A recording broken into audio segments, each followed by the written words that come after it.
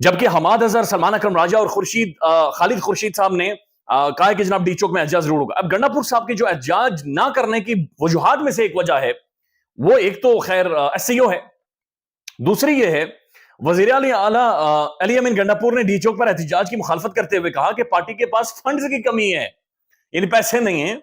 احتجاج کے لیے ٹرانسپورٹ، لاجسٹک اور دیگر مد میں تقریباً 75 کروڑ روپے لگ چکے ہیں. پاکستان کی سب سے بڑی پولیٹیکل پارٹی، دنیا کی 10ویں بڑی سیاسی جماعت جس کا سب سے تگڑا اوورسیز ڈائسپورا موجود ہو، وہ یہ کہہ رہے کہ نا ہمارے پاس احتجاج کرنے کے پیسے نہیں ہیں، ہمارے پاس جامع احتجاج نہیں کر سکتے. یعنی یہ وہی عمران خان ہے جو صرف 10 منٹ ٹیلی ویژن اسکرین کے اوپر بیٹھتا تھا تو اربوں ڈالرز پاکستان میں آ جاتے تھے. آج بھی اگر یہ عمران خان کو چھوڑ دیں تو لٹرلی عمران خان کی صرف ایک اپیل کرنے کی دیر ہے اوورسیز پاکستانی سے. ہم سب جانتے ہیں کہ اس کے بعد چیزیں کیسے بدلیں گے، لیکن گنڈا پور صاحب کہہ رہے ہیں میرے پاس 75 کروڑ لگ چکے ہیں، ہمارے پاس پیسے نہیں ہیں جی، ہمارے پاس پیسے نہیں ہیں. تو دوسرے بلاول صاحب یہ کہہ رہے ہیں کہ قائد اعظم نے کہا تھا کہ آئینی کورٹ بنانی ہے، تو قائد اعظم نے یہ تو نہیں کہا تھا کہ اب تحریک انصاف کے تمام تر لوگوں کے پلازے گرا دیں، ان کی بلڈنگیں گرا دیں. F7 میں وہ شیخ امتیاز کے گھر میں ان کے نوکروں کو الٹا لٹا کر مارا گیا ہے، ان کی چمڑیوں کے اوپر جو نشان بنے ہوئے ہیں وہ ساری زندگی نہیں جائیں گے، جو لتر پیڑ ان کی ہوئی ہے.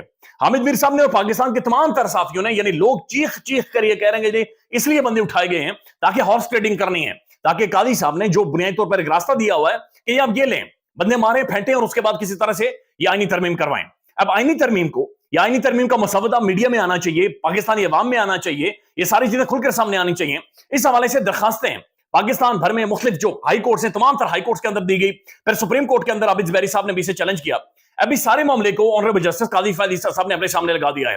یہ وہی قاضی فائز عیسیٰ صاحب ہے جن کے بارے میں متی اللہ جان صاحب یہ کہتے ہیں، انگریزی کے اصطلاح استعمال کرتے ہیں لیم ڈک یعنی لنگڑی بطخ. وہ بطخ جس کا کوئی کام کاج نہیں، لنگڑی ہو چکی ہے، وہ صرف اب یہ انتظار کر رہے ہیں کہ کچھ دانے بھی منہ کے آگے پھینکے تو وہ کھائے، اس کے علاوہ نہیں. اب وہ جو سپریم کورٹ کے اندر چیلنج کیا گیا تھا اس کو قاضی صاحب نے اپنے سامنے لگا دیا ہے، اور اپنے ایک اور بڑی جج جناب نعیم اختر خان صاحب کو اپنے ساتھ ملا کر 3 رکنی بینچ بنا دیا ہے، اور قاضی صاحب اس سارے معاملے کو خود سنیں گے. اب یہ ایک عام فہم بندہ، ایک ریڑی والا، ایک جھاڑو پوچھے والا بھی یہ سمجھتا ہے کہ جناب یہ معاملہ ہی اصل میں لنگڑی بطخ ہے، یعنی یہ اس معاملے کا جو ڈائریکٹ بینیفیشری جو کورٹ ہوتا ہے وہ آنریبل جسٹس قاضی فائز عیسیٰ صاحب ہوتے ہیں. تو جب معاملہ ہی قاضی فائز عیسیٰ صاحب کے حوالے سے ہے اور پھر قاضی صاحب خود سنیں گے، پھر یہ کیسے جائے گا؟ یعنی جانے نہ جانے گلی نہ جانے بھاگ تو سارا جانے ہے، یعنی گلی نہ جانے بھاگ تو سارا جانے. تو قاضی صاحب اور جناب عابد زبیری صاحب تھوڑا سا قاضی صاحب کے ساتھ ان کی بنتی بھی نہیں ہے، اور جو ہی قاضی صاحب انہیں دیکھتے ہیں قاضی صاحب کو غصہ بھی چڑھ جاتا ہے. اب جو حسنان ملک صاحب ہیں وہ بڑی انٹرسٹنگ بات کریں. حسنان ملک صاحب کہتے ہیں کہ جب عابد زبیری صاحب نے یہ درخواست ڈالی تو رجسٹرار سپریم کورٹ نے اس کے اوپر اعتراضات لگا دیے. وہ کہتے ہیں کہ جو اعتراضات تھے یہ کلرک نہیں لگا سکتا تھا، اور یہ وہ کلرک ہے جس کے بارے میں متی اللہ جان صاحب کہہ چکے ہیں کہ بے وقوف کلرک.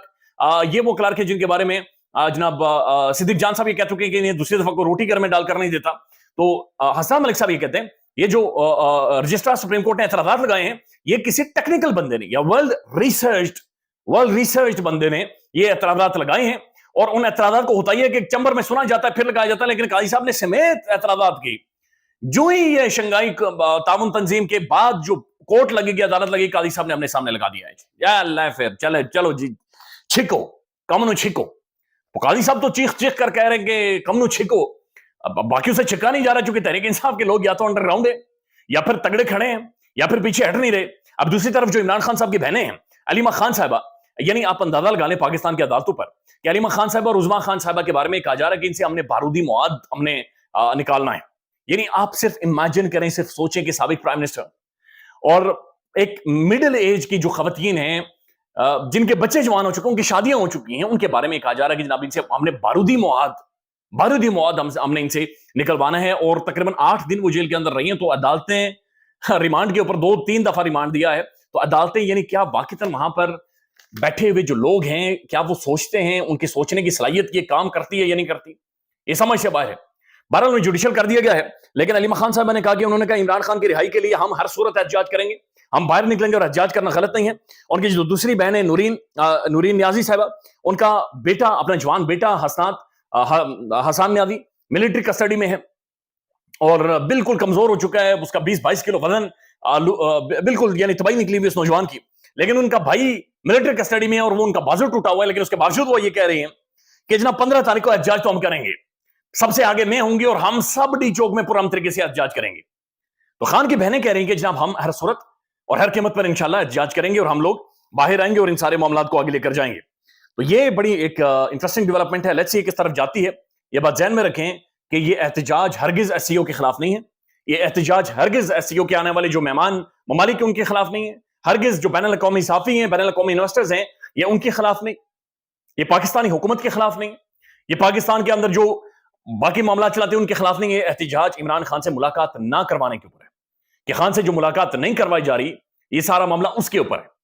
لہذا اس احتجاج کا تعلق ہرگز ایس سی او یا کسی بھی ایسے ملک یا کسی بھی ایسی چیز کے ساتھ نہیں ہے جس سے خدا نہ خواستہ کسی بھی طرح کا نقصان ہو.